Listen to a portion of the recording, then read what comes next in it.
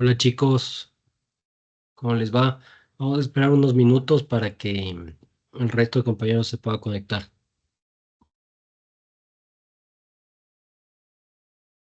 Buenas tardes, claro que sí, profe. Bueno, profe, listo.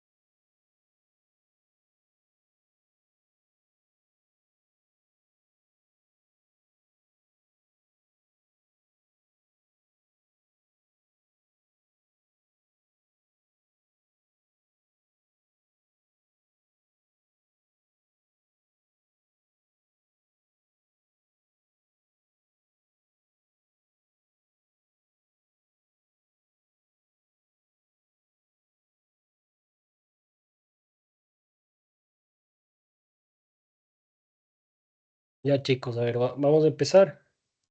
Esperemos se conecte el resto del curso. Estamos menos de la mitad, pero bueno, vamos a ver. Vamos a pasar asistencia, chicos. Génesis Barragán. Presente, profe, buenas tardes. Dylan Burbano,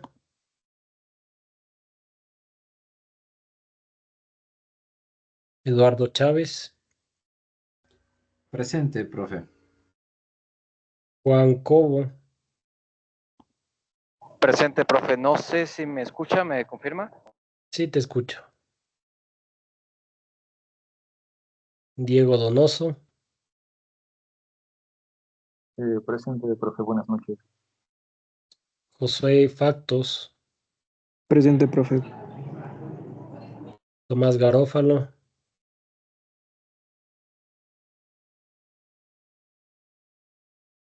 Juan Illescas,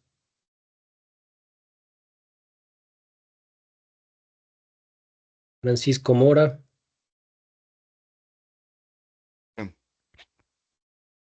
Esteban Morales,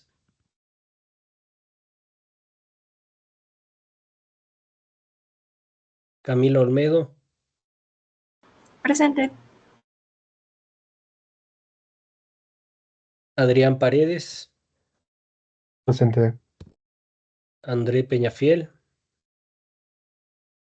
Presente, profe. Ana Povea, Lilian Pozo, Presente.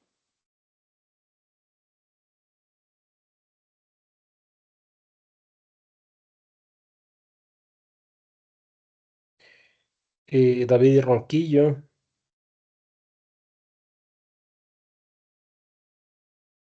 María Gabriela Salazar, Alison Terán, Presente, profe. Anit Toro, Presente, profe. Nicole Vizcaíno. Presente.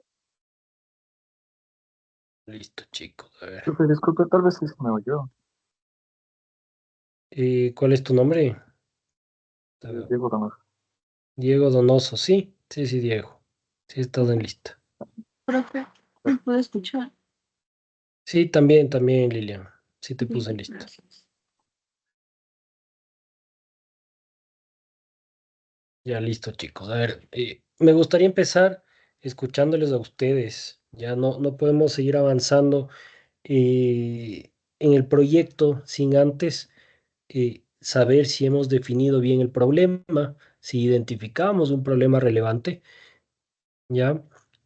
Y si ya empezamos a definirlo, porque no, las siguientes etapas, no sé si recuerdan del design thinking, es ya saltar a la ideación, entonces ya plantear soluciones a este problema. Entonces ya aprendimos de las personas, aprendimos de la industria, aprendimos de todo lo que más pudimos, ¿verdad? Con ese conocimiento planteamos un problema, lo definimos y ahora sí empezamos a desarrollar las soluciones y después ya a futuro aprobarlas, evaluarlas, etcétera. Y pensar en negocio, hablar de costos, ingresos. Pero hoy no podemos seguir caminando si es que no están seguros con sus problemas. Ya, entonces yo lo que quiero es escucharles a ustedes, escuchar cuál es el problema que están definiendo. Ya, idealmente, si ya tienen este punto de vista que vimos la clase pasada, definido, escrito. Ya, pero si no lo tienen, no hay problema. Simplemente me comentan cuál es el problema que ustedes identificaron y empezamos a discutir un poquito para poder hacer algunos ajustes y que ustedes puedan seguir avanzando en sus proyectos, ¿ya? Entonces, lo que necesito es que un representante de cada grupo pueda hablar, ¿ya? Pueda hablar y cuente sobre, y nos cuente a todos sobre el problema que han identificado. Entonces, ¿quién quiere ser el primero? Piensen un rato quién puede ser, el que más sepa, obviamente. Y si no hay voluntarios, ya voy a definir quién, en base al número de grupos, ¿no?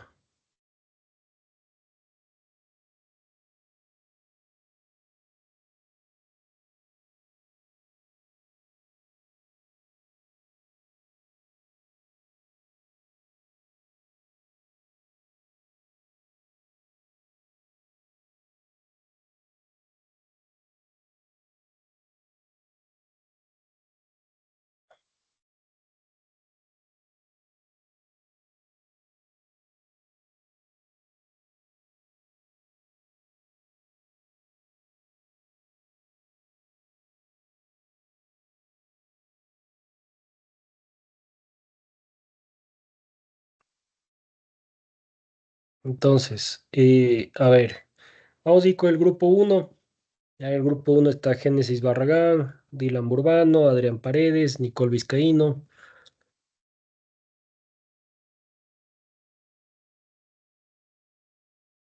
Buenas noches, profe. ¿Cómo estás, Adrián? Eh, Cuéntanos. sí, verá, lo que nosotros teníamos al respecto del problema, em, más que todo era justamente la contaminación que se da por las emisiones de los generadores. Entonces estábamos centralizándole justamente eh, en lo que viene a ser la universidad, que básicamente tiene esta contaminación. Y claro, sería lo que causaría son repercusiones en la salud, en el aire, contaminación, cambio climático y también esa dependencia de los combustibles no renovables. Entonces, por ahí era nuestro problema que estábamos viendo. No sé, ¿qué opina usted? Ya, el problema es un poco la contaminación generada por, por combustibles fósiles, sería así.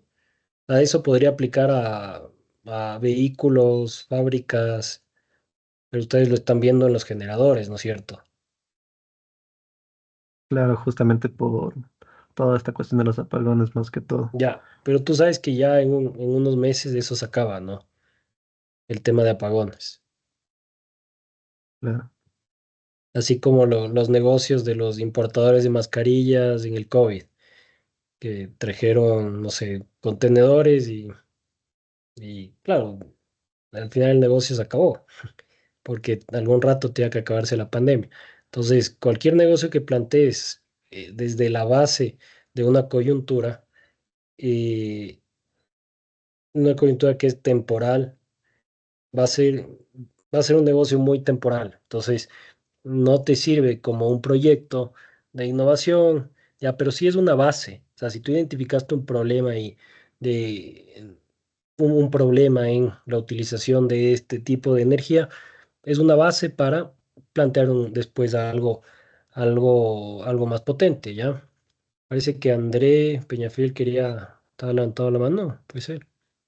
Sí, profe, era para sugerir el hecho de que, si bien es cierto que se arregla para nosotros, las empresas, algunas mineras y algunas empresas quedaron ya sin, sin, sin que les provee el Estado.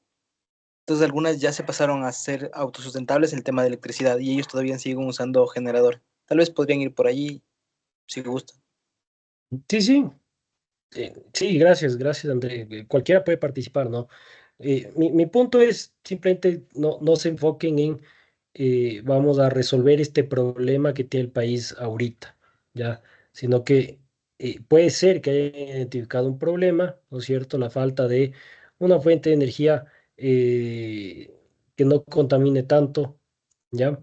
Entonces, sí podrían partir de ahí, no está mal, ¿ya? No está mal, pero ¿cómo profundizaron en este problema? ¿Qué más hicieron ahí? Porque claro, el problema es obvio en nuestra coyuntura, pero ¿qué hicieron para profundizar en este problema? ¿Hablaron con algún experto? ¿Hablaron con alguna persona? ¿Con clientes que vayan a usar esto? ¿O personas que tienen este problema el día de hoy? Claro, por ejemplo, hablamos con algunos investigadores de la universidad y ellos nos comentaban que sí se vieron afectados por la parte de la contaminación, que era bastante grande.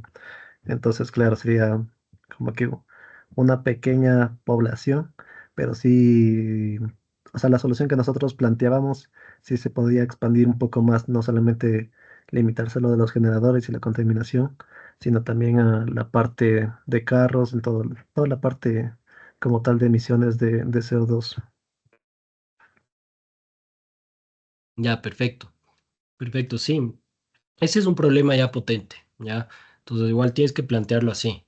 O sea, no hables del tema de generación, tal vez, sino tienes que hablar de la fuente, de esta fuente contaminante.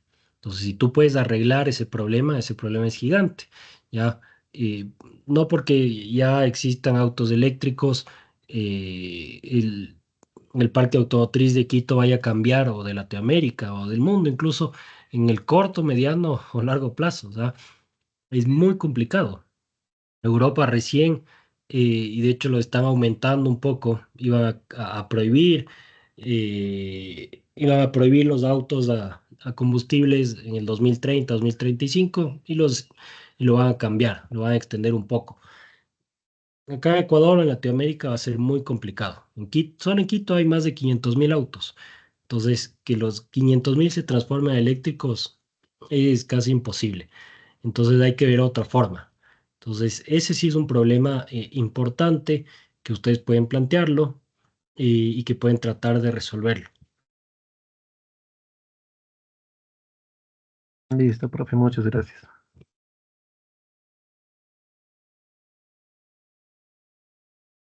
Ya, chicos, a ver, el siguiente grupo. Vamos a ver el grupo 2.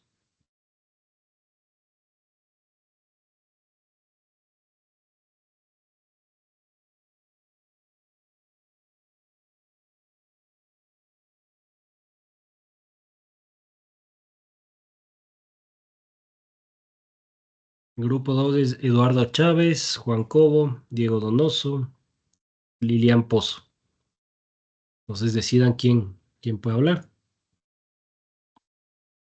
Profe, nosotros también habíamos propuesto producir biocombustibles a partir de microalgas. Y lo que vimos fue que el país tiene pues una negligencia del Estado al haber centrado la generación de energía en un solo tipo de fuente, lo cual pues es peligroso porque si tenemos un solo tipo de energía, tenemos esta clase de riesgos que estamos viviendo ahora. Entonces habíamos propuesto producir biocombustibles como una fuente alternativa y obligatoria. O sea, bueno, no es obligatorio que sean biocombustibles, pero el hecho de diversificar sí debería ser algo necesario. Y lo, la ventaja que tiene producir biocombustibles a partir de microalgas es que tienen una huella de carbono neutra, ¿ya? Y además se producen productos agregados a partir de la biomasa que también pues crece al mismo tiempo que los biocombustibles. De acuerdo, Diego, gracias. Una consulta. ¿Vieron si este problema se repite en otros países? Por ejemplo, en países de la misma categoría que Ecuador, países subdesarrollados, por ejemplo, África, podemos ver en Asia también, ¿ya? ¿Por qué les digo? Porque su problema puede ser más grande que Ecuador. Entonces, su problema puede ser la falta de fuentes de energía en países subdesarrollados. Entonces, uno diría, ¿cómo puede ser? Si hay plantas de carbón, hay plantas de combustible, ¿no es cierto? Hay y plantas más avanzadas que obvio son más costosas, em, que estos países no tienen acceso, que son las más eficientes, ¿verdad? Entonces, por ejemplo, una hidroeléctrica es bastante costoso, geotérmica también, etcétera. Entonces, tienen que entrar a este mundo de la energía, y revisar si hay más países con este problema. Entonces, su problema, o lo que ustedes planteen, podría estar solucionando un problema de millones de personas que sufren de la falta de energía. Hay países como Colombia, Perú, que tal vez no tuvieron cortes. ¿Por qué? Porque ellos eh, tienen también energía de combustibles, ¿ya? Pero es una generación ineficiente, contaminante, etcétera, que ustedes pueden cambiar, ¿ya? Entonces, es otra, yo creo que como ustedes lo están planteando, es distinto al grupo anterior, y eso está perfecto. Y eso era lo que les comentaba en alguna clase, que van a surgir problemas similares, pero pueden ustedes ver que tienen puntos de vista distintos, ¿ya? Entonces, ahí nada más la invitación de que vean otros países de que vean la industria como tal de energía, qué es lo que le falta, qué es lo que necesita, porque la solución puede ser diversa, sí puede ser un nuevo tipo de generación de energía más eficiente, más económico para este tipo de países, porque Ecuador no puede invertir, ¿no es cierto? Y no puede tener acceso a una planta nuclear, por ejemplo. Va a ser imposible. Y tienen que ver también el tema de cuánta energía necesitan estos países. Y sí, y bueno, eso ya después, pero si su solución o lo que están pensando puede generar esa cantidad de energía, ya ahí puede ayudarles. Y, pero está bien, planteen bien el problema, que sea bastante ambicioso, y esto para todos. Entonces, que sea bastante ambicioso el problema, que sea bastante ambicioso, eh, a dónde quieren llegar, ya para que las ideas también sean bastante ambiciosas y grandes. Profe, disculpe una Escribirlo. consulta. Yo soy del mismo grupo de Diego, eh, y quería ver si es que en algún caso nuestro principal problema sería la ausencia de fuentes de energía renovable. Y es que puede ser. O sea, si ustedes investigaron eso, es que justamente por eso son estas etapas en las que hacemos esta investigación profunda en nuestro foco de interés. Entonces, eso te digo, puede ser que sea un problema grande, la falta de fuentes alternativas de energía en este tipo de países subdesarrollados, ¿ya? Listo, profe. Entonces, Muchas pero eso gracias. tienes que argumentar. Tienes que decir, sí, o sea, tienes que argumentarlo con datos, con cifras, con hechos, ¿ya? Y, y plantear, y bueno, después del reto ya va a ser plantear una solución que se pueda comercializar y que lo puedan comprar las personas en este tipo de países, ¿ya? Entonces no puede ser una solución costosa, por ejemplo, vas a tener esas restricciones, ¿ya? O tiene que ser más económica o al mismo precio de lo que están ocupando hoy, o lo están tratando de solucionar. Listo, profe. Eso nomás, muchas gracias. Ya, chicos, ¿alguna otra pregunta de este grupo?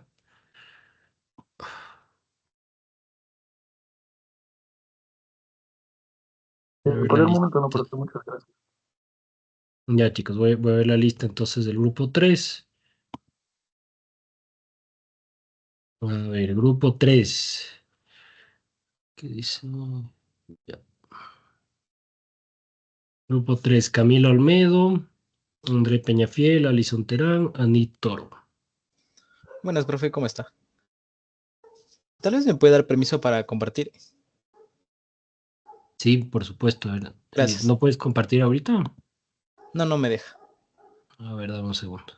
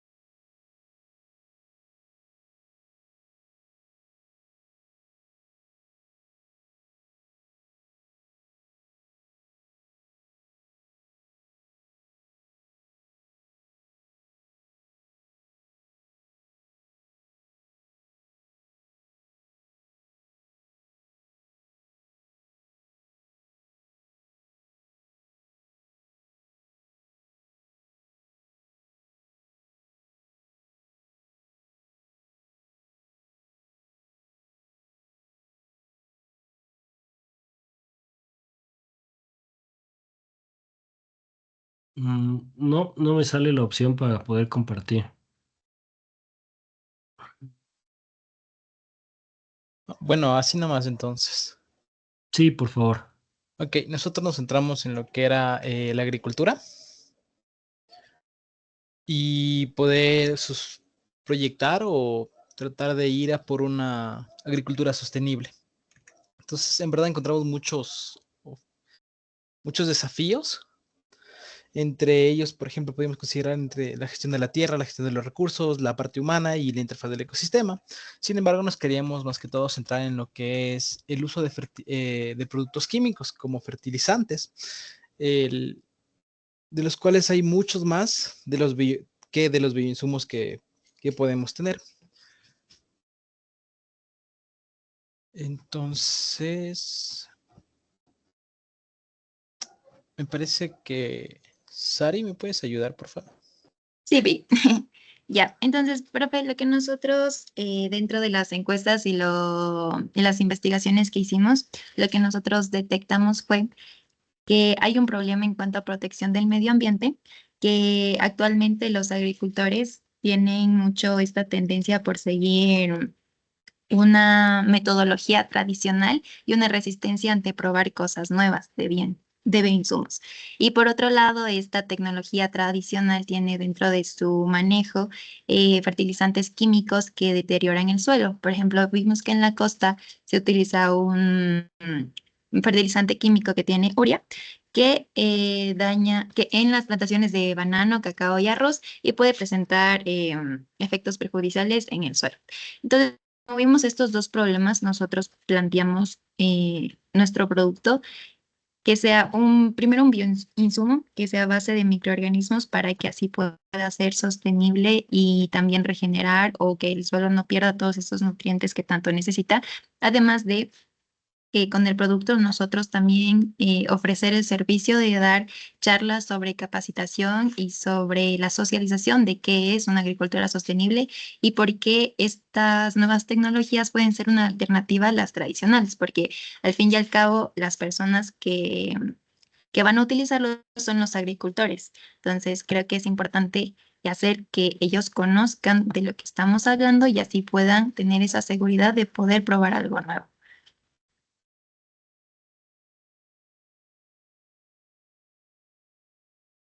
Ya, chicos. Ya, chicos, sí, sí, identificar un problema. Sería bueno saber por qué.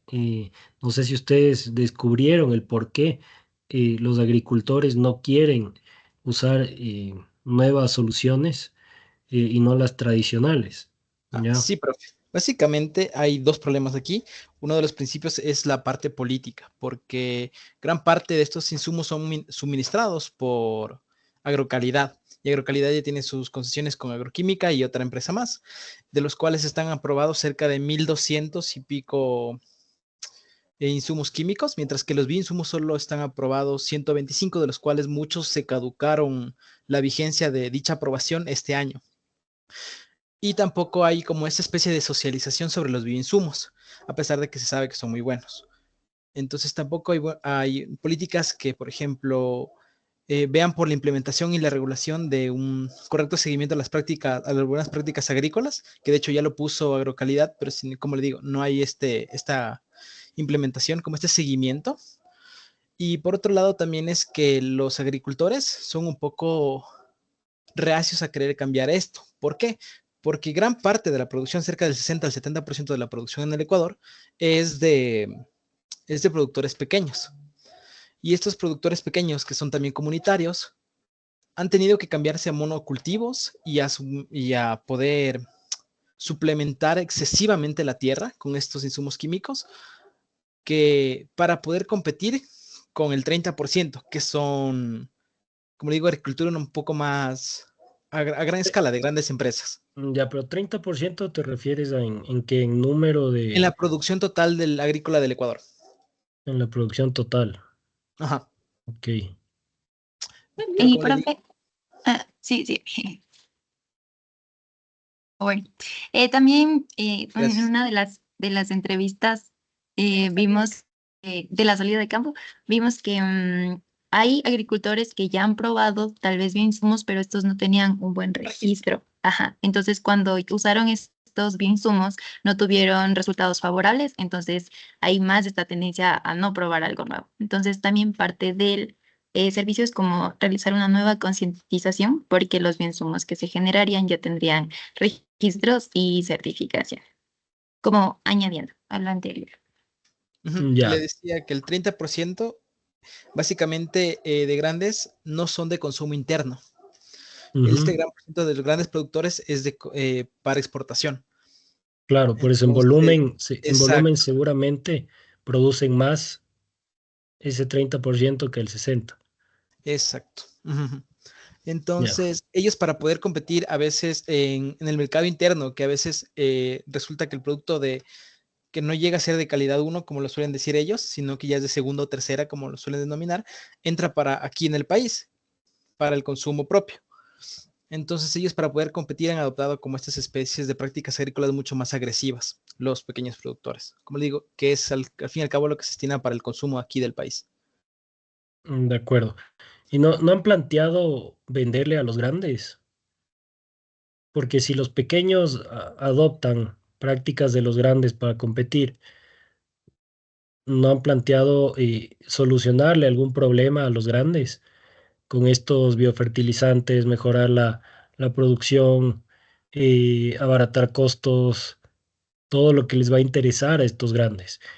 Aparte que estos grandes, al tener un producto de exportación, eh, también necesitan certificaciones.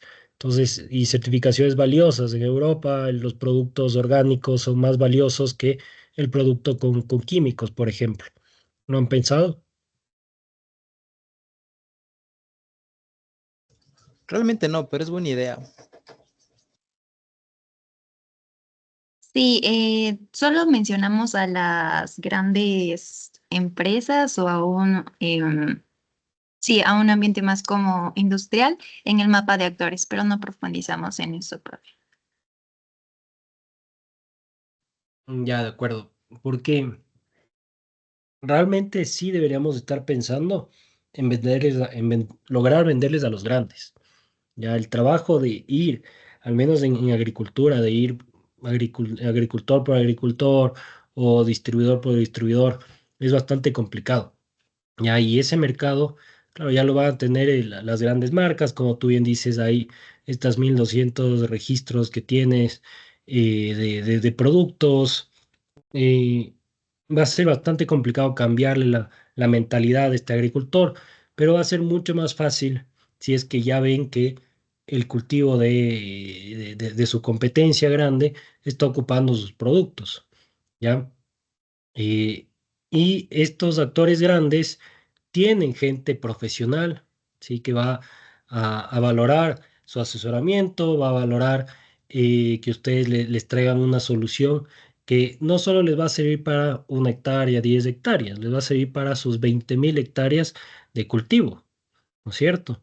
Entonces, va a ser una solución que después se puede ir permeando a los pequeños también.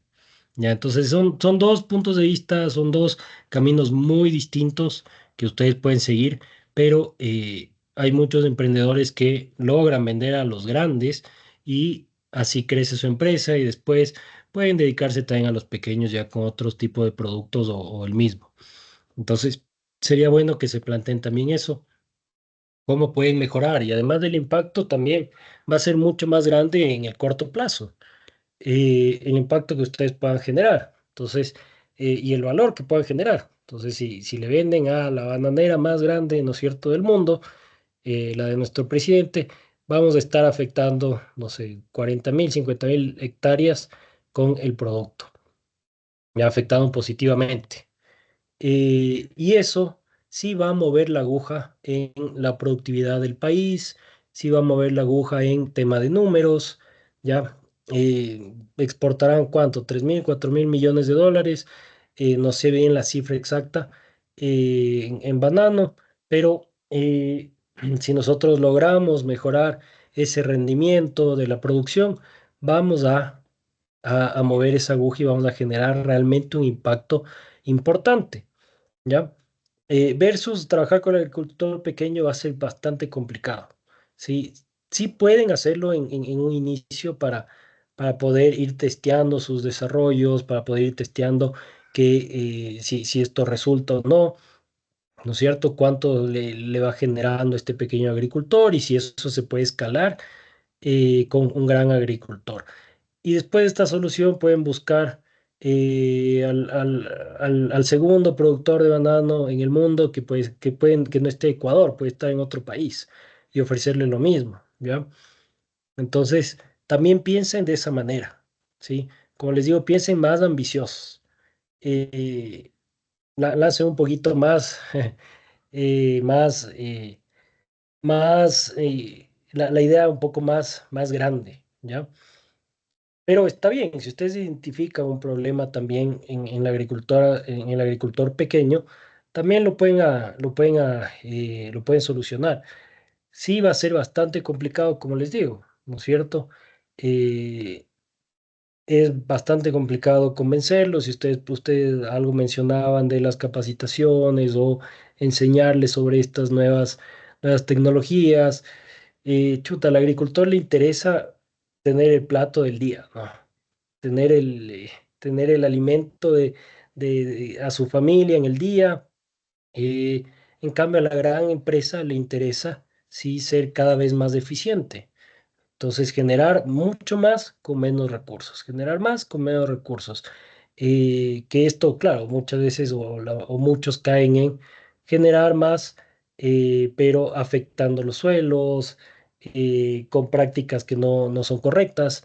Pero si ustedes les plantean eso con una práctica correcta y que aparte van a mejorar el suelo donde están sus cultivos, etcétera, seguramente van a conseguir estos clientes, ¿ya? Entonces apunten también a esas empresas grandes y después a las pequeñas. Ese es como un comentario que les puedo dar hoy. Tal vez alguna pregunta, algo más que quiera aportar.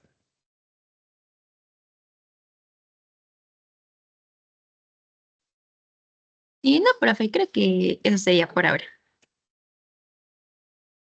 Ya, chicos, perfecto. Igual, claro, el enfoque es distinto, así que tendría que profundizar un poco en esto si deciden hacerlo. Gracias, profe.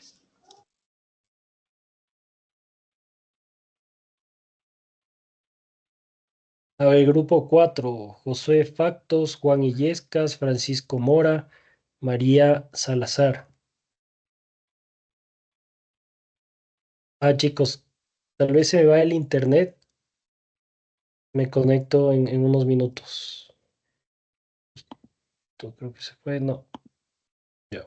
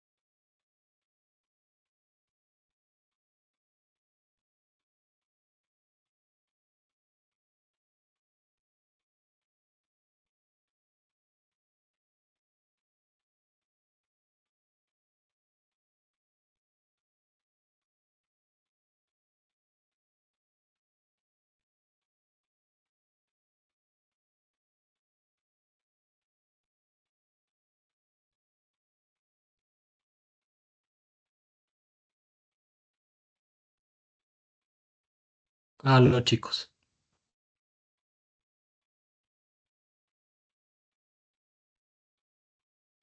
¿Ahí me escuchan?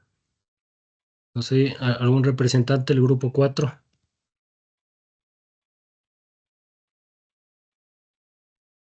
Josué Factos, Juan Illescas, Francisco Mora. Por ahí veo a Francisco Mora. María Salazar dijo presente. No sé si está. Profe, Ahí te ¿me escucho, escucha? Francisco. Ya, es Sí, que te a mí también escucho. se me está yendo el internet. Dale, Eh, tranquilo. no, como le había comentado en clase la anterior semana, nosotros vimos como la problemática, el tema del impacto ambiental que tiene la contaminación en estos salones de belleza. Igual, igual planteé la idea al grupo que me había dicho de que mejor expandir. Entonces, justamente eso, estamos dedicando a la problemática. Respondimos las preguntas que nos había dicho, las que presentó en clase, la de quién y a quién, principalmente. Estamos impactando al ámbito de la pescadería, por lo que al generar tanta contaminación, generamos, o sea, que no haya tantos peces cerca de donde están ubicadas las zonas pesqueras. Em, También, o sea, respondimos todas las preguntas, entonces, ¿le digo todas o cómo? Sí, sería bueno, sería bueno. Ah, bueno, entonces ese es para quién puede ser esto un problema, es principalmente para la industria pesquera, porque por lo que le había explicado antes, ¿cuándo puede ser esto un problema? Esto puede ser un problema cuando los consumidores llegaran a exigir transparencia y prácticas éticas de cada una de las empresas.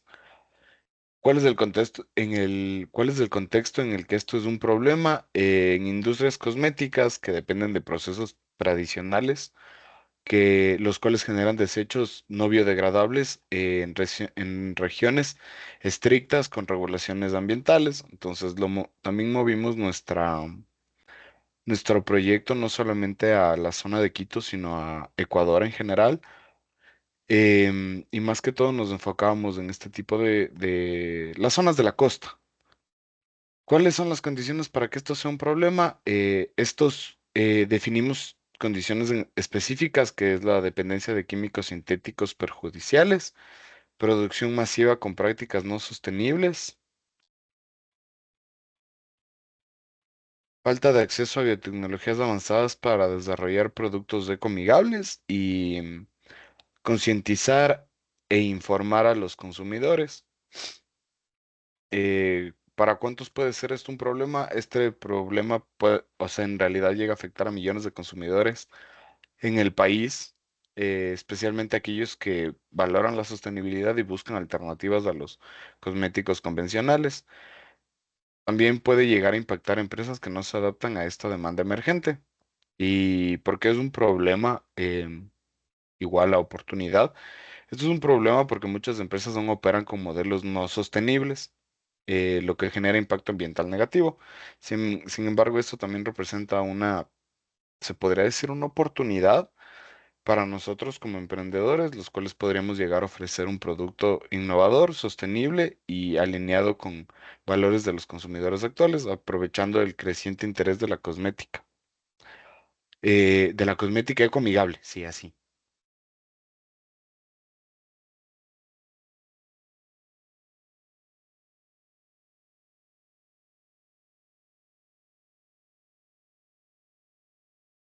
¿Profe?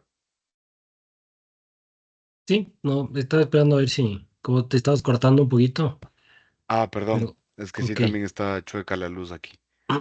ok, ok.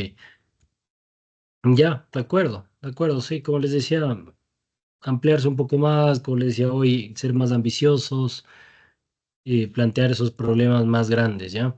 Pero está bien. Entonces, vayan por ese problema y traten de desarrollar lo más novedoso posible, lo más escalable posible, ¿ya? Ya, profe. A ver, grupo 5: Tomás Garófalo, Esteban Morales, Ana Povea, David Ronquillo. ¿Hay alguien aquí?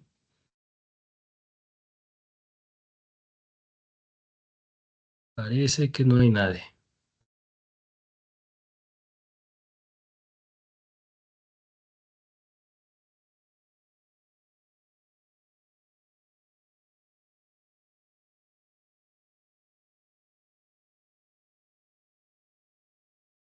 Bueno, nos quedaremos sin saber el problema del grupo 5, ¿ya?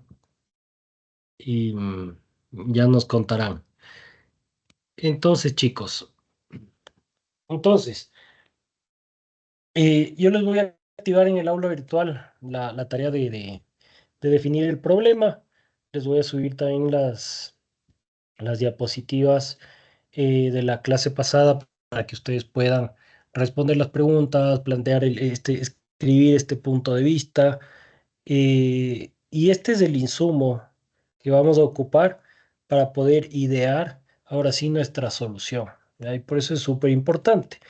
Entonces, vamos a empezar a hablar un poco de este proceso, etapa de ideación, ¿ya? Dame un segundo para proyectar.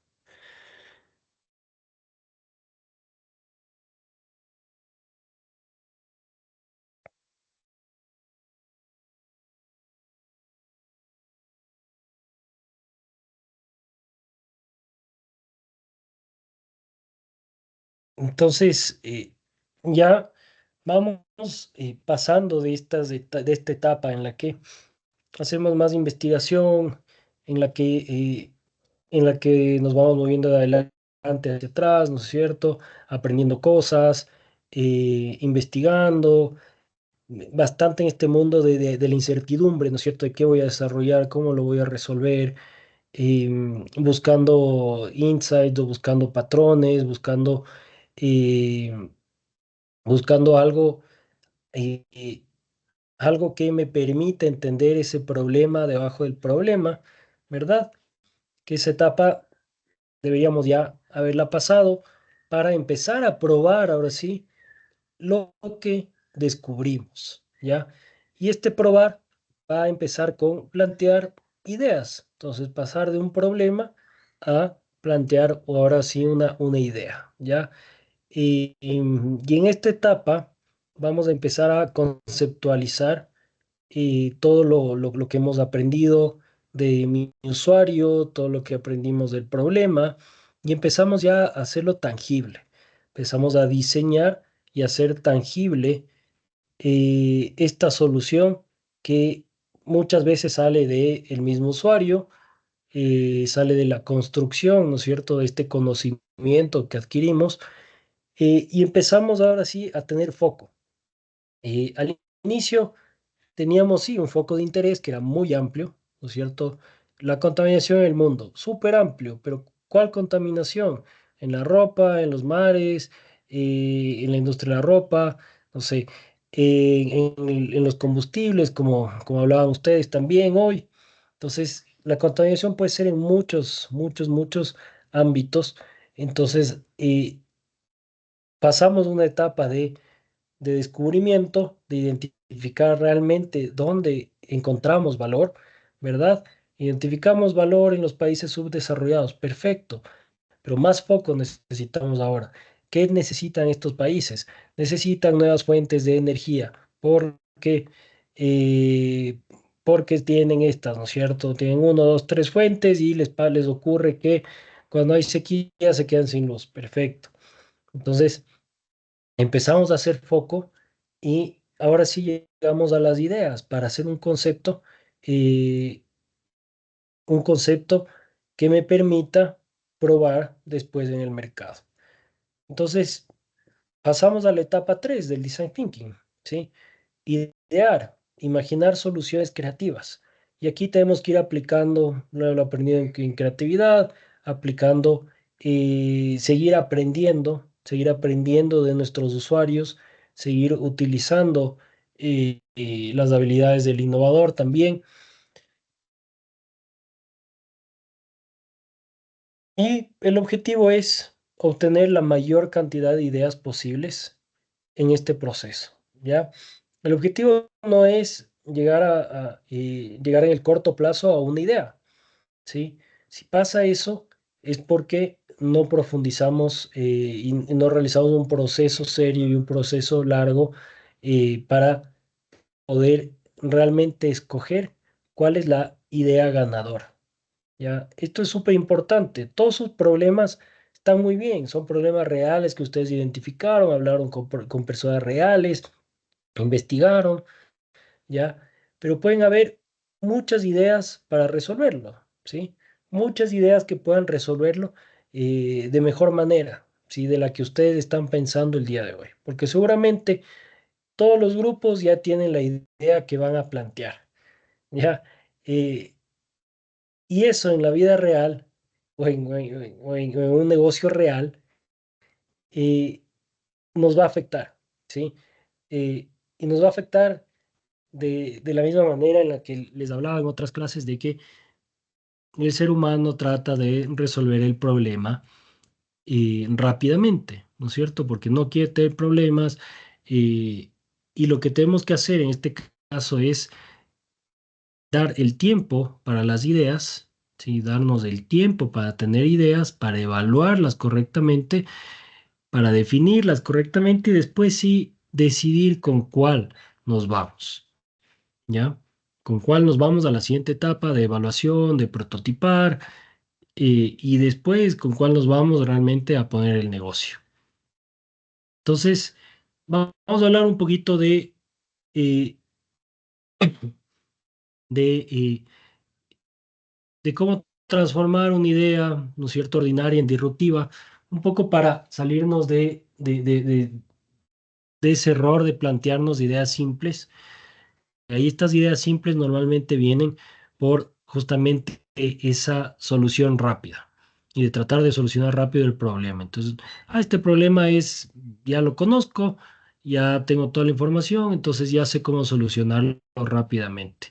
Y no es así. Las ideas disruptivas, los negocios disruptivos y los negocios que tienen éxito tardan mucho tiempo en resolver el problema, ¿ya? Entonces, porque son problemas igual bastante complejos. Entonces, ¿cómo transformar una idea ordinaria en una idea disruptiva? Y vamos a hablar un poquito de un marco conceptual, ¿sí? Hay un académico que se llama Clay Christensen que eh, es uno de los padres de la innovación moderna o de la teoría de la innovación moderna.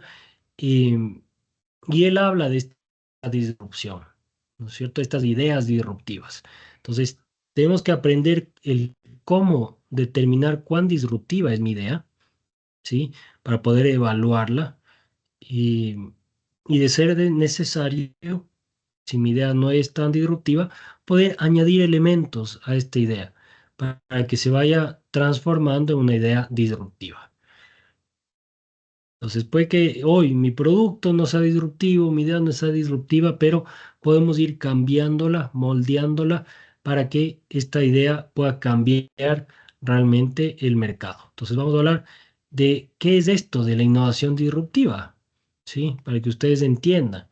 Y esto se va a referir a cómo un producto, un servicio, algo que un emprendedor crea, un innovador crea, y que en sus orígenes, cuando nace esto, nace como algo residual, algo pequeño, algo simple, una aplicación simple, ¿no es cierto? A una aplicación, me refiero a una solución a un problema que puede verse simple, ¿ya? Que en sus inicios no tiene muchos seguidores, ¿sí? O usuarios, no hay mucha gente que lo compre, no hay mucha gente que le llame la atención, pero puede convertirse en poco tiempo en un producto o servicio líder del mercado, ¿sí?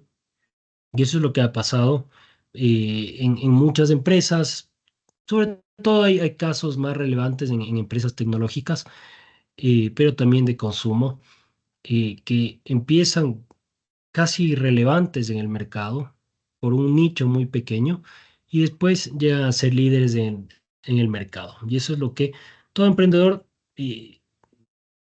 debería aspirar, ¿no es cierto? Ser líder en el mercado, ser lo más grande posible, porque así va a generar el mayor impacto posible en el mercado, ¿ya? Entonces, para explicarlo mejor, tenemos primero que hablar de la innovación evolutiva o también llamada como mejora continua, que es lo que la mayoría de empresas está haciendo o hace, ¿ya? Y muchas empresas que tal vez se llaman innovadoras o abren su departamento de innovación, muchas veces eh, solo para marketing, ¿ya? Pero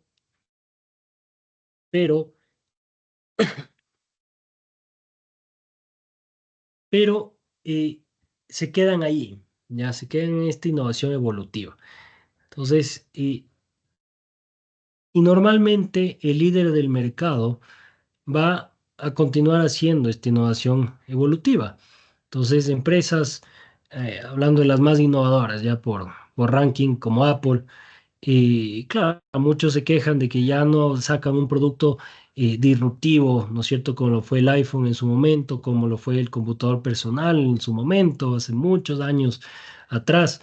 Pero como ya es líder en sus categorías, y ellos simplemente mantienen una innovación evolutiva, van agregando funcionalidades, van mejorando la tecnología, por supuesto, pero ya no una innovación disruptiva. Seguramente les va a tocar porque ya la competencia les empieza a igualar, se sienten presionados, ¿verdad? Y les toca otra vez trabajar como ese emprendimiento que empezaba y quería cambiarlo todo.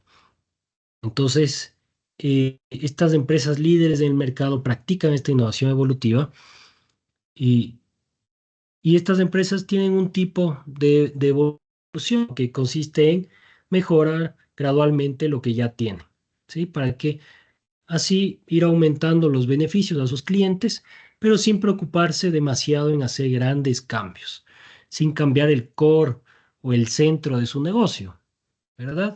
Entonces, eh, no están cambiando radicalmente sus negocios, sino que tal vez están cambiando un proceso para hacer, para abaratar costos, están sacando nuevos productos que van acompañando las mismas categorías, ¿ya? Pero no están cambiando radicalmente sus negocios. Entonces, esta disrupción, en cambio, esta innovación disruptiva va a ocurrir cuando las empresas emergentes, nuevas empresas, usan tal vez nuevas tecnologías, nuevos modelos de negocio, nuevos procesos, ¿ya? Y, y superan en el mercado a las que hasta entonces eran las líderes. Y esto ocurre siempre. Tal vez le va a ocurrir a Apple o muy probablemente le va a ocurrir que va a nacer una empresa disruptiva, ¿no es cierto? Así como Apple fue en su momento, y va a cambiar las reglas del juego. Hay muchos que están naciendo, muchas empresas que están naciendo, que están tratando de cambiar esto, ¿no es cierto? Hemos hablado en algunas clases de este PIN AI que pensaban o planteaba una forma distinta de comunicarnos, de conectarnos a la red, ¿verdad? Pero que no han sido esa innovación disruptiva todavía, pero va a llegar. Entonces, esta disrupción ocurre cuando nacen estas nuevas empresas que tal vez crean nuevas tecnologías o que nacen de olas tecnológicas. Ya estas olas tecnológicas eh, pasan, ¿no es cierto? Cada cierto tiempo pasó en su momento con el Internet, cuando se empezó a masificar y nacieron grandes empresas como Amazon, Mercado Libre, en el comercio electrónico sobre todo, eh, empresas de desarrollo también, pasó con la computadora, por supuesto. Entonces, donde han ido naciendo distintos tipos de empresas de software, empresas de hardware, el mismo Nvidia que no es una empresa que nació hace un año o que nació con ChatGPT, sino que es una empresa que lleva trabajando en la industria por décadas y lleva innovando en la industria por décadas. Y ahora viene, claro, esta ola de la inteligencia artificial que viene a cambiar muchas cosas, ¿verdad? Por no decir todo. Entonces empiezan a nacer estas empresas disruptivas que empieza a afectar a las empresas líderes del mercado. Entonces tenemos un ChatGPT que muchos hablan que va a ser la competencia a Google en su buscador porque ya mucha gente está haciendo las búsquedas por ChatGPT y no por Google. Sí, no sabemos en qué va a terminar eso, pero sabemos que hay una tendencia ahí y que van a haber empresas disruptivas. No sabemos qué industrias van a cambiar todavía, pero y sabemos que van a haber grandes cambios. Entonces llega un momento en que los usuarios ya no perciben como una ventaja diferente, una ventaja diferencial el tipo de innovación evolutiva que tienen las empresas. ¿Sí? Entonces, en el ejemplo de Google, ya el consumidor está cansado de la misma barrita de buscar, que funciona perfecto, sí, nos funciona bien, ¿verdad? A lo que estamos acostumbrados. Pero ¿qué pasa si una empresa, sí, que no es Google, nos trae una solución que es 10 veces mejor, 100 veces mejor? ¿Qué pasaría? ¿No es cierto? Entonces, estos usuarios ya no van a percibir una ventaja importante a esos cambios pequeños que hacía Google, ¿ya? Entonces, eh, puede ser que ya nosotros no necesitemos tantas prestaciones nuevas, ya no necesitamos la búsqueda por fotos, no necesitamos nada de eso, sino que necesitamos algo distinto que nos genere mayor valor. Entonces, cuando llega una nueva empresa que nos trae una solución 10 veces mejor, 100 veces mejor, todos los usuarios se empiezan a volcar a estas soluciones, ¿ya? Y eso es llegar a una innovación disruptiva. Y eso es llegar a una innovación disruptiva. Entonces, todas estas empresas tecnológicas que hoy son gigantes han llegado a ser las más grandes del mundo justamente porque lograron una innovación disruptiva. Entonces, lograron quedarse con el mercado, ser líderes, muchos los llaman monopolios, ¿sí? Eh, Tienen obviamente sus ventajas, pero han llegado por esta innovación disruptiva. Y eso es lo que nosotros tenemos que buscar también en nuestros negocios. Entonces, esta innovación disruptiva, para dejarlo ahí escrito, se refiere a cómo puede un producto o servicio, ¿no es cierto? Cómo puede un emprendedor como ustedes nacer pequeño, ¿sí? Que nacer como algo residual, algo irrelevante, tal vez en el mercado, o como una simple aplicación sin muchos seguidores o usuarios, convertirse en poco tiempo en el producto o servicio líder del mercado. Y eso es lo que tenemos que buscar. Entonces, que todo mundo ocupe nuestro producto. Y la disrupción ocurre, por tanto, cuando estas empresas emergentes, nuevas, usan nuevas tecnologías o nuevos modelos de negocio y superan el mercado a las que hasta entonces eran las líderes. Y este es el miedo de todas las empresas. Y por eso las empresas compran empresas, ¿ya? Entonces hablábamos, creo que algún momento, eh, de las adquisiciones, ¿no es cierto? De algunas adquisiciones aquí en Ecuador, que Tipti lo compró Supermaxi, una empresa de delivery lo compró Tía, ¿ya? Super Easy, que es otra aplicación como Tipti, lo compró Mi Comisariato, por este miedo a la disrupción. Entonces, por este miedo de que nazca una solución tan buena que pueda reemplazarlos, ¿sí? Y como los grandes obviamente tienen el músculo financiero, van a estar comprando constantemente. Apple, Facebook, compran constantemente. Microsoft, ¿verdad? Invierten constantemente. Microsoft invirtió en ChatGPT, justamente viendo toda esta disrupción. Apple ha comprado cientos de empresas, por no decir miles de empresas, constantemente. Facebook compró Instagram porque vio el valor que estaban generando y más que el valor, vio esa competencia que podría ser. Entonces los compró realmente baratos. Más o menos los compró en $1.000 millones, ¿sí? Para que te hagan una idea. Y compró WhatsApp también cuando nadie veía el valor. WhatsApp no era rentable, WhatsApp no generaba ingresos, y los compró por $16.000 millones. Entonces, una cantidad impresionante. WhatsApp tenía como 200 empleados nada más.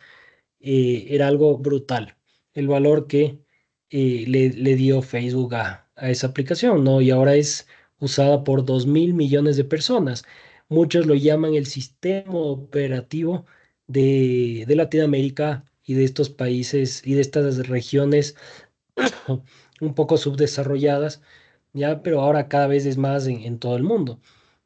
Entonces es un sistema operativo ya, porque las personas compran, venden por WhatsApp, hacen reservas, hacen de todo por WhatsApp y constantemente WhatsApp está ofreciendo más y más servicios, ¿ya? Hasta el punto en que no vamos a necesitar ninguna aplicación. No sé si conocen WeChat. WeChat es el WhatsApp chino, ¿ya? Que ya lleva muchos años en el mercado, pero WeChat es algo brutal. Tú puedes hacer de todo ahí, tener cuenta bancaria, pagar, hacer compras, vender, etcétera. Eh, Todo lo que tú quieras lo puedes hacer por WeChat. Entonces, son sistemas operativos que van abarcando todo el mercado. Entonces, eh, esta disrupción que ocurre en el mercado va generando cambios en la industria, va generando un cambio radical en esta industria eh, que les permite a ellos capturar el valor del mercado, ¿ya? Entonces, les voy a poner algunos ejemplos. Nubank, y no sé si lo conocen, no está en Ecuador, sí, eh, eh, pero Nubank es un banco, es un neobanco, sí, un neobanco es un banco eh, innovador, digital, distinto a los bancos tradicionales, ¿ya? Es una fintech, podríamos llamarlo también, pero Nubank fue fundado en el 2013, aquí hace un poco más de 10 años ya, por David Vélez, ¿sí? Un colombiano. Entonces, no estamos tan lejos, ¿ya? Y David funda este banco, pero lo funda en Brasil. Entonces, este banco está desafiando constantemente la estructura financiera tradicional que dominaba el mayor mercado de Latinoamérica o de Sudamérica, que es Brasil. ¿Ya? Entonces, Brasil, un país de 200 millones de habitantes, gigante, era dominado por 3, 5 bancos, nada más, ya como pasa en la mayoría de países, ¿sí? Eh, y David empieza a desarrollar este banco y cambian el enfoque, ¿no es cierto? Ojo, estamos hablando de 2013, ¿ya? Donde no había bancos digitales, no había banca digital. Sí, podías entrar a tu banca digital de tu banco, pero no podías hacer muchas cosas, no había aplicación, no había el de una que ahora todo el mundo usa, ¿no es cierto? El QR, que al fin llegó, que eso en China había hace 15 años, incluso en los carritos de comida en la calle tenías un QR para pagar. Aquí ahora lo tienes con de una, ¿verdad? Entonces, pero en 2013 no había nada. No había nada acá, ni en Brasil. Pocos países estaban digitalizados en tema financiero. Entonces, a David se le ocurre la idea de hacer este banco digital. Cambiar el enfoque de la infraestructura de los bancos que eran sucursales, ¿no es cierto? Muy costoso mantener eso y pasarlo al móvil, que lo puedas hacer todo por el celular. Los productos de crédito de esta startup van a ser distintos, van a ser interesantes para los clientes, porque ellos estaban pagando mucho en tasas a los bancos, eran tasas muy, muy altas.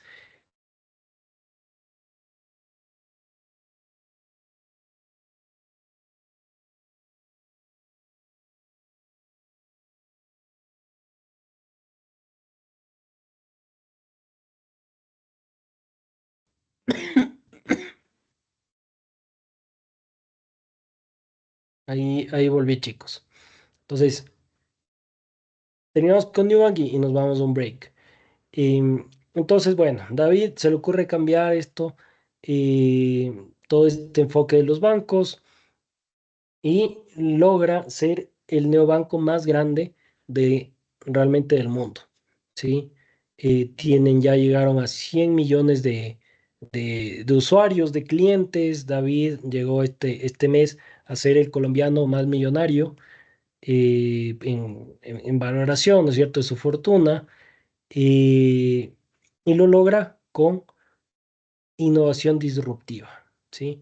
Innovación disruptiva. Empezó como un banco bien pequeñito que ofrecían solo a un nicho pequeño estas soluciones, estas tarjetas, este tipo de créditos y empezaron a crecer y crecer y crecer hasta llegar a ser los líderes. Ya ahora su banco vale más que Itaú, que es el banco más grande en Brasil, eh, y ha llegado a ser el líder. Está en Colombia, está en México. En Colombia ya por temas regulatorios no ha podido crecer mucho, pero ya le van a dar, ya le van a dar luz verde para que sea un banco y sea una sola empresa. Creo que ya le dieron. Entonces va a poder ofrecer muchos más servicios, y así ha ido creciendo Nubank con esta idea disruptiva que se ha planteado, ¿ya? Entonces, ¿cómo le ganamos a esos bancos? Imagínense un banco gigante, bancos gigantes, una industria súper burocrática, súper dominada por estos grandes personajes, y aún así podemos dominar y podemos llegar con una innovación disruptiva. Vamos a tomarnos 10 minutitos, chicos, y volvemos, ¿ya?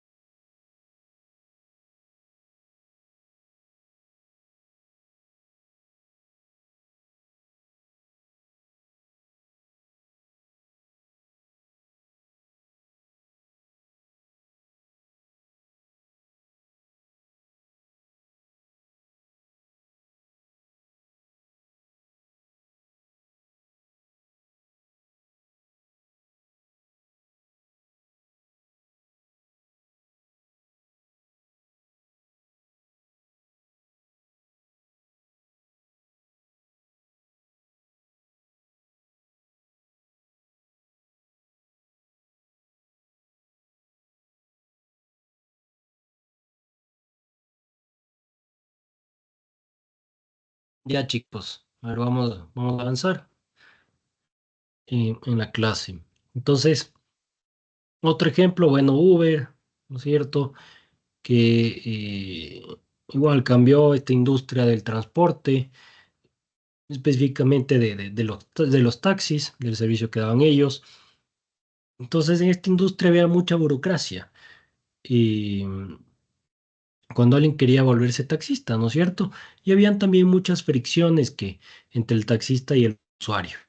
Entonces, estas fricciones era pagar, por ejemplo, pagar en efectivo, difícil conseguir un taxi en ciertas horas o en ciertos lugares, varias cosas que había que eran problemas, ¿no es cierto? Pero que nadie los estaba resolviendo, ¿ya?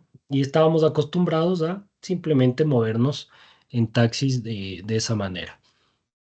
Entonces, eh, sobre todo el tema de la burocracia, sí, que era muy difícil entrar a ser taxista, porque hay asociaciones, cooperativas que gerencian esos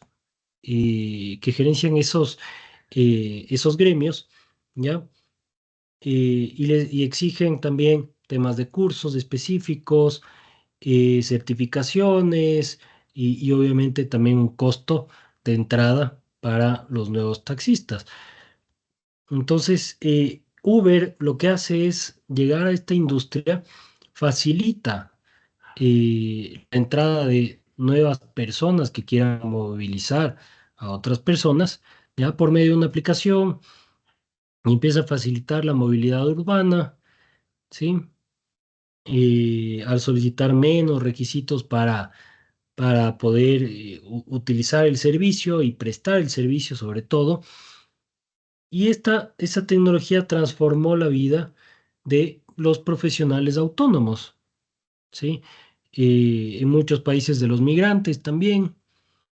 Y entonces los transformó y les dio la oportunidad para que puedan generar ingresos fácilmente, ¿ya? Entonces, igual Uber nace en una época y hay un timing ahí importante que le permitió crecer en las ciudades donde empezó. Entonces, Uber nace en plena crisis 2000, del 2008, donde muchas personas perdieron el trabajo, quedaron endeudados y necesitaban generar ingresos rápidamente.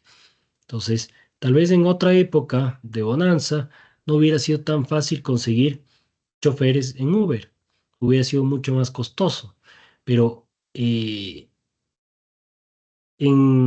pero en Estados Unidos había, ¿no es cierto?, esta crisis fuerte. em, y, por ejemplo, en Latinoamérica, después, las crisis migratorias que hemos tenido también le han facilitado a Uber crecer en cuanto al lado de la oferta de choferes, ¿ya? Entonces, em, entonces, Uber crea este servicio que Uber no crea ninguna tecnología. Si se dan cuenta, Uber no crea ninguna tecnología disruptiva, ¿no es cierto? Entonces, la innovación disruptiva no nace desde una nueva tecnología. ¿Por qué? Porque Uber no creó el Internet, Uber no creó Google Maps para crear las distintas rutas, ¿verdad? Sí, por supuesto, desarrolló una plataforma y una aplicación que permite prestar el servicio, ¿verdad?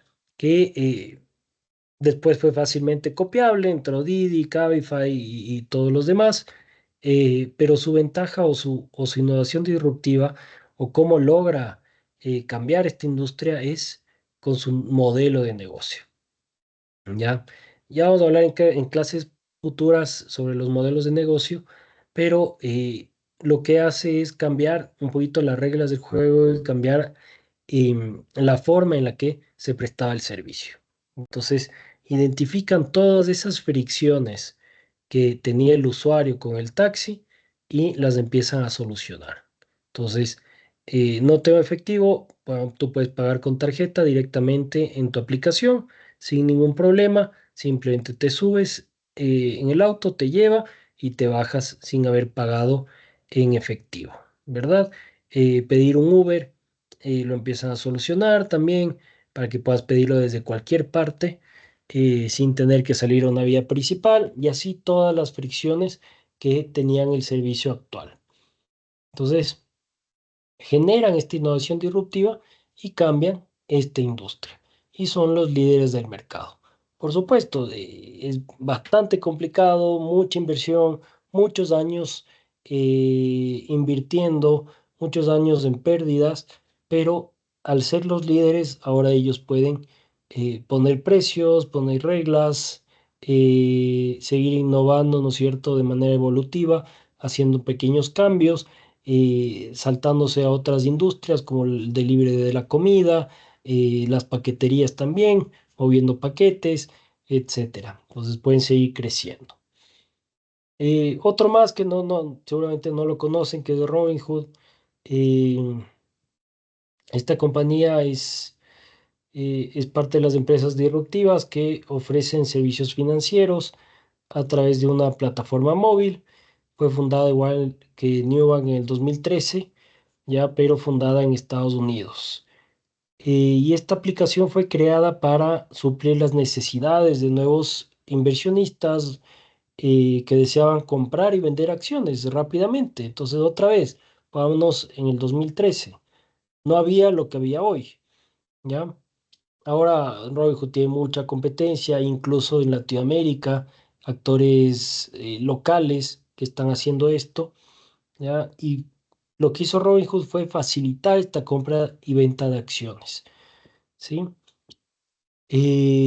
Antes de Robinhood, el inversionista que quería comprar acciones tenía que buscar un broker, este broker tenía que estar certificado, este broker tenía que ser profesional, tenía que trabajar tal vez en una empresa, cobraba un fee por cada transacción y era bastante engorroso hacer esta compra. Entonces, no te convenía, si tú querías invertir $10, querías invertir poco dinero, un broker no te iba a servir.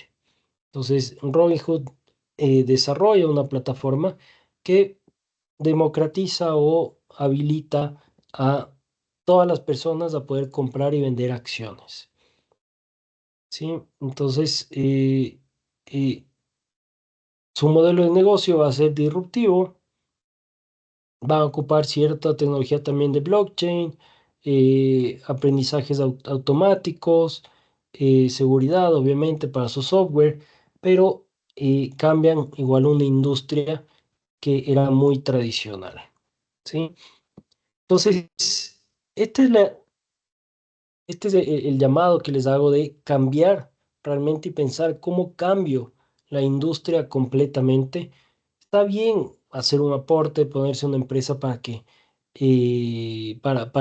no sé, desarrollar un producto, un servicio y que pueda ir creciendo, ya, pero también tenemos que pensar cómo realmente podemos cambiar la industria completamente, cómo podemos cambiar un mercado completamente, cómo podemos cambiar la vida completamente de las personas, ¿sí? Mientras más lejos pensemos, mientras ese objetivo sea mucho más grande, lo que vayamos alcanzando también va a ser más grande, ¿no? Si nuestro objetivo inicial es pequeño, nos vamos a quedar, porque siempre nos vamos a quedar un poquito cortos o muy cortos. Entonces, si el objetivo es pequeño, los resultados que tengamos van a ser micro, ¿ya? Pero si el objetivo es gigante, el resultado seguramente va a ser grande, ¿no? Entonces, con eso podemos empezar a idear y a conceptualizar nuestra solución. Entonces, la tercera fase de un proceso de design thinking es abrir nuevamente el pensamiento, ¿sí? En esta etapa, porque les decía en un inicio de la clase, ¿no es cierto? Que ahora estamos poniendo foco porque identificamos un segmento que nos interesa, que vemos que le podemos crear valor, identificamos un problema que queremos resolver, ¿no es cierto? No podemos partir de miles de problemas o de muchos problemas, porque si no, no va a haber una idea que abarque todos y no vamos a tener tiempo para validar todo. Entonces tiene que ser un problema bien definido, un segmento bien definido Ya, súper importante esto. No podemos decir, quiero resolver la vida a todos los ecuatorianos.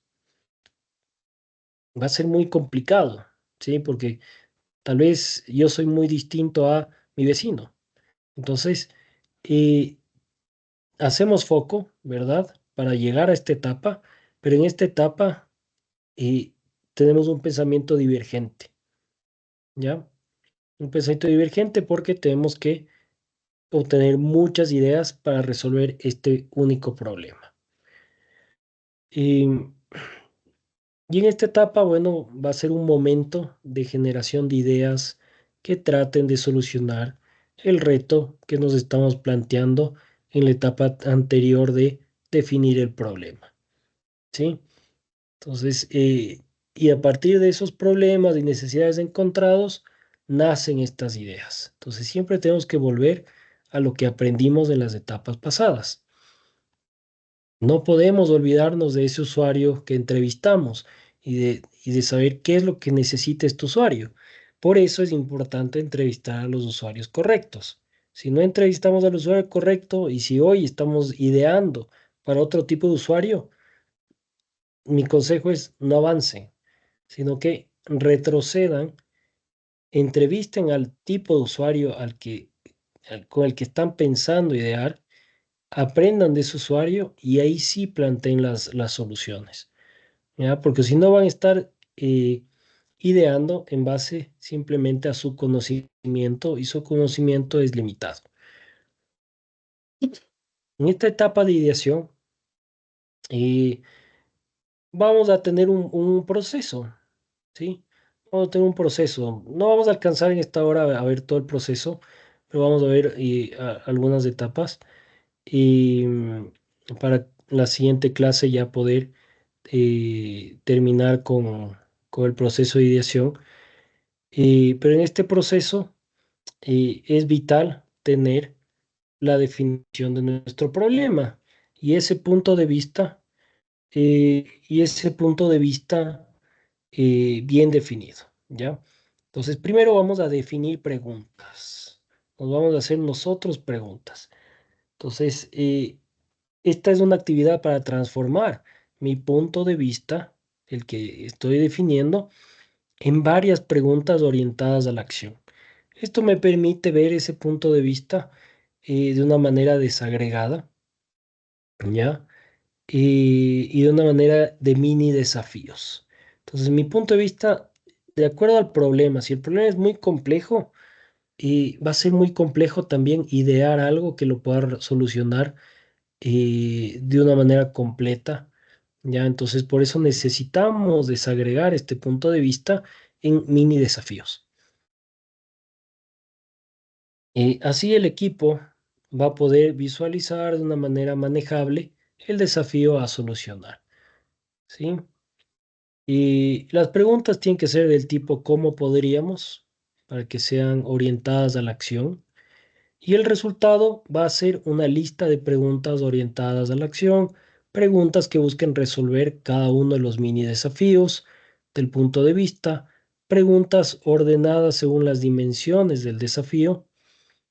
Y la primera etapa del proceso, ¿ya? Entonces son actividades que tenemos que hacer sí o sí para poder llegar a un resultado, ¿ya? El resultado final de todo este proceso son toda la lista de ideas que vamos a tener y una o tres o cinco ideas que hayamos decidido seguir explorando. Entonces, el punto de vista, eh, el punto de vista debe estar redactado como les enseñé la clase pasada, ¿no es cierto? Es un párrafo, puede ser varios párrafos, dependiendo todos los argumentos que ustedes pongan. Y el punto de vista tiene distintas etapas, ¿no es cierto? Hablamos del usuario el que resolvemos o que tiene el problema, hablamos del problema, de por qué no puede resolverlo.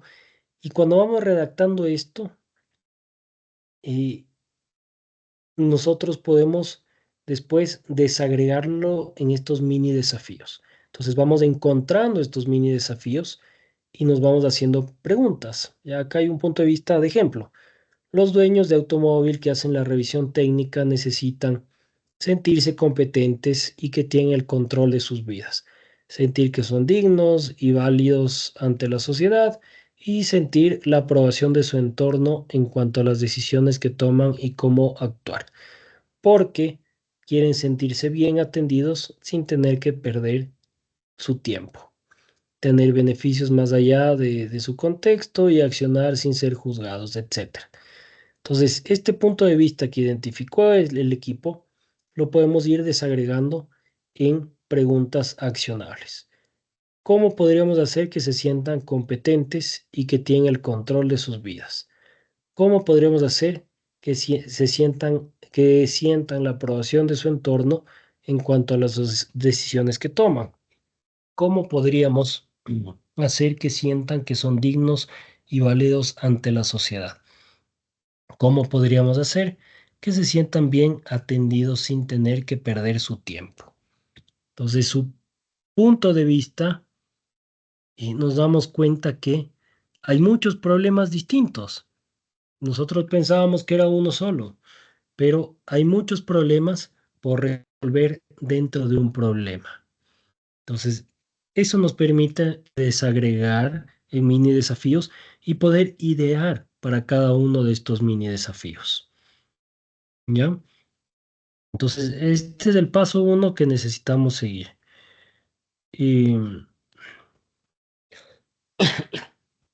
perdón, definir bien el punto de vista. Si no está bien definido, vamos a estar ideando cualquier cosa. ¿Ya? Entonces, definimos bien el punto de vista, bien expresado, bien argumentado, y en base a ese punto de vista empezamos a identificar estos mini desafíos que nos han dado los usuarios y que hemos identificado. ¿Ya?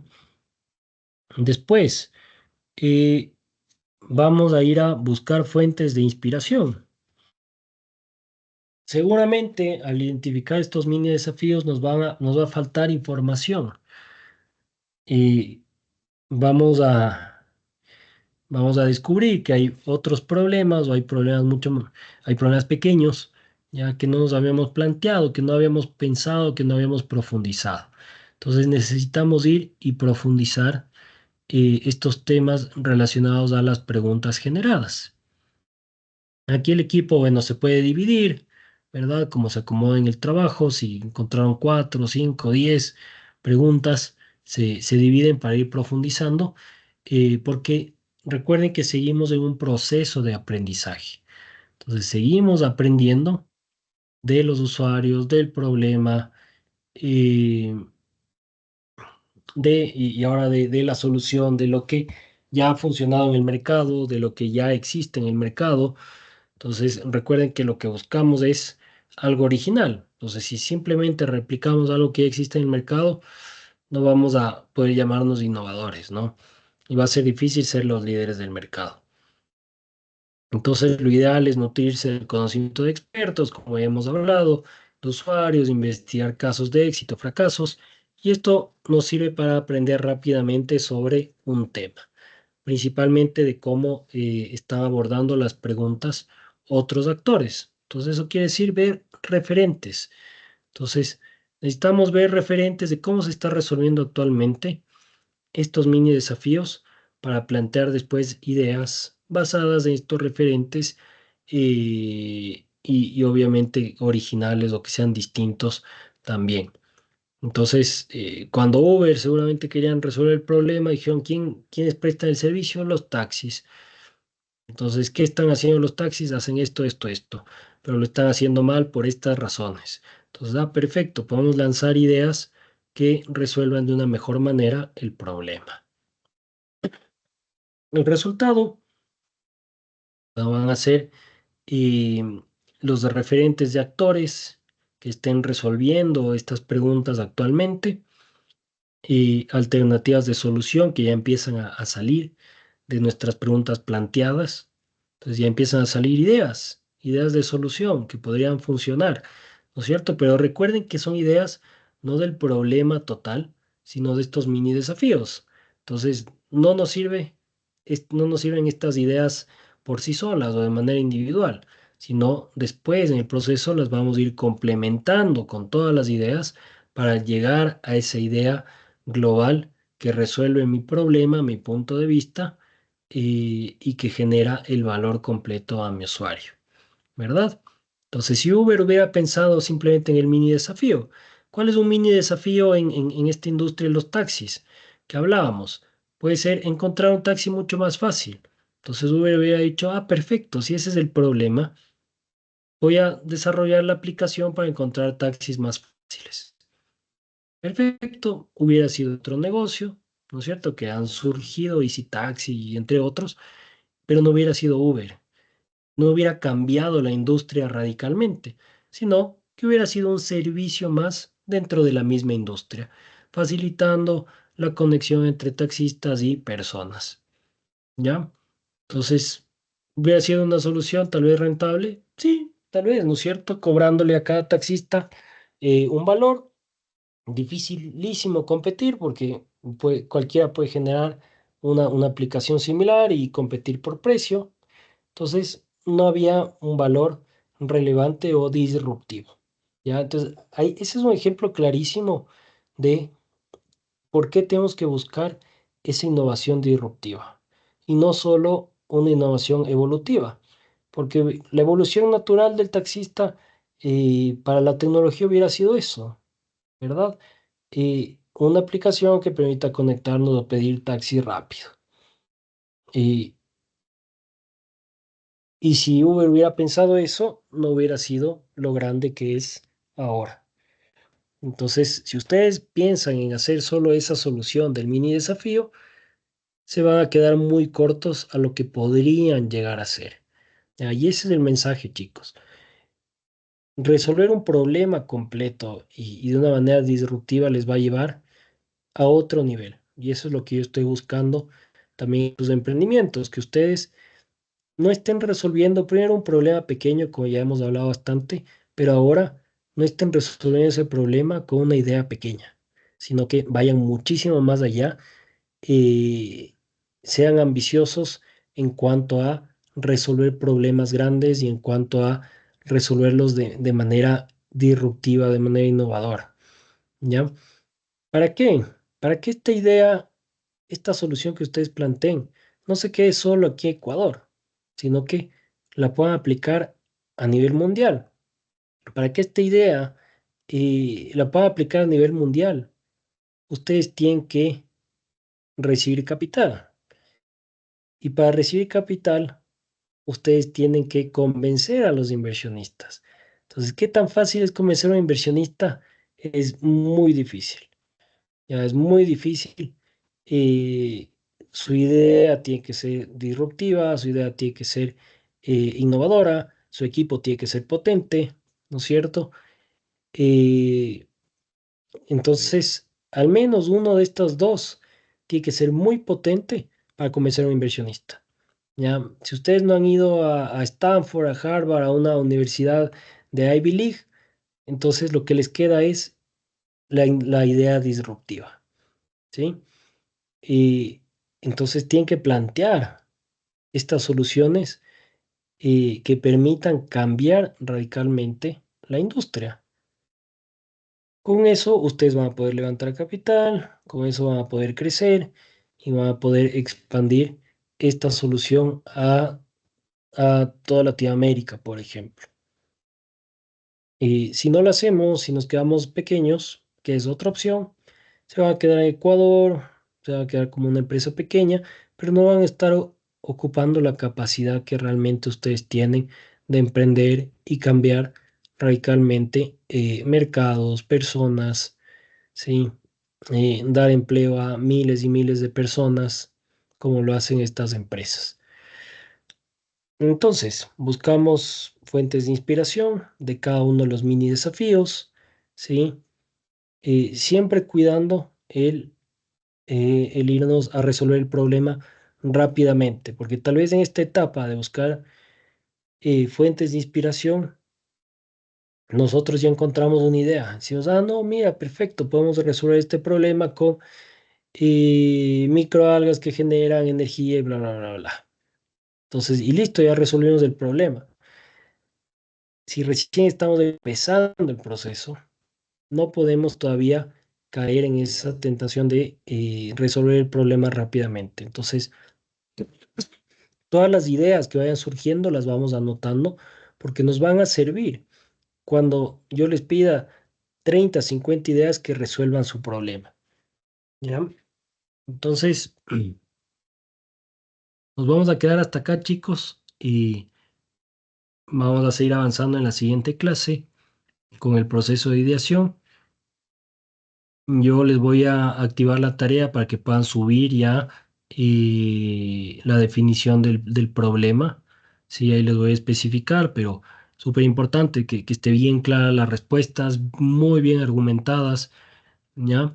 Con datos, con cifras, con argumentos, con citas, ojalá con información relevante que ustedes hayan encontrado y después esta definición del punto de vista, que como ven es vital para el proceso y constantemente vamos a estar volviendo a nuestro punto de vista para saber si no nos hemos desviado, porque ocurre que cuando estamos en un proceso de ideación se nos despierta la creatividad y empezamos a solucionar problemas que no hemos descubierto y que no hemos profundizado, ¿ya?